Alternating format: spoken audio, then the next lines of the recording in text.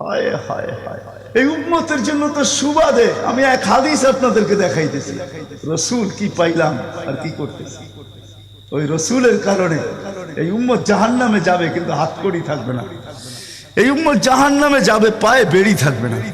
এই উম্মত জাহান্নামে যাবে, গলায় শিকল থাকবে না। এই উম্মত জাহান্নামে যাবে, চেহারা কালো হবে না। অথচ জাহান্নামীদের চেহারা কালো হবে, এই উম্মতের চেহারা কালো হবে না। একজনের চেহারাও কালো হবে না।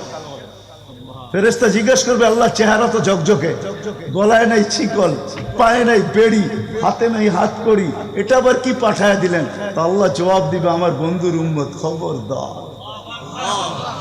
তো ফেরেশতা মালিক জিজ্ঞেস করবে, দারোগা হাতকড়ি নাই কেন? বলছে, যেই হাত উঁচুতে ব্যবহার হয় ওটা হাতে হাতকড়ি লাগে না। যেই পাও মসজিদের দিকে চলে ওই পায়ে বেড়ি লাগে না।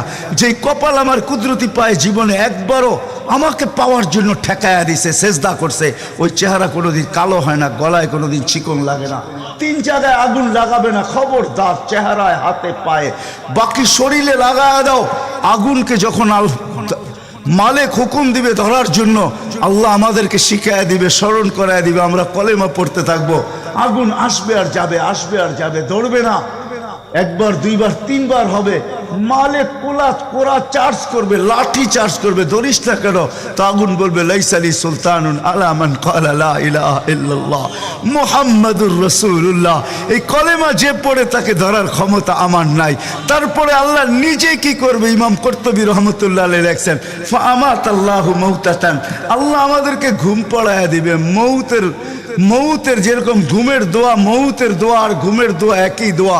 আমরা ঘুমের দোয়া পড়ি, আমুতু আহিয়া, আল্লাহ মরতে চললাম, কাল সকালে উঠাইলে উঠবো, না হলে আর কিয়ামতের আগে উঠবো না। তো ঘুমো মৌত, আল্লাহ ঘুম পড়ায়া দিবে। আজাব ঘুমের ভিতরে কমপ্লিট করে আল্লাহ বাহির করে নিয়ে নিবে। নবীর সুবাদে, নবীর সুবাদে। হায় হায় হায়, একটা পর্ব এরকমও আসবে, জানি না নারায়ণগঞ্জের মানুষ বুঝবে কি বুঝবে না। একটা পর্ব এরকমও আসবে নবীর সুবাদে, একটা পর্ব এরকমও আসবে নবীর সুবাদে, এরকম একটা পর্ব আসবে। আল্লাহ জিবরিলকে ডাইকা বলবে যে আরশের সাথে কান লাগাও। তো দেখবে যে আরশের সাথে কান লাগা একটা ক্ষীণ আওয়াজ আসতেছে, যেইখানতে বলতেছে, হান্নান মান্নান আনকিদনি, ও হান্নান মান্নান আমাকে বাঁচানা। তো জিবরিল বলবে, বড় ক্ষীণ আওয়াজ, হান্নান মান্নান বলে বাঁচাইতে বলতেছে। বলছে, জিবরিল দৌড়ায় যাও, আমার বন্ধুর উম্মত আমাকে বাঁচানোর জন্য ডাকতেছে। জিবরিল যাবে দোজখের কাছে, মালিকের কাছে যাবে। মালিক লিস্টি দেখা বলবে, কেউ বাকি নাই, আখরাস তু সবাইকে বাহির করে দিছি। ফিরে আসবে, আবার শোনাবে, আবার যাবে।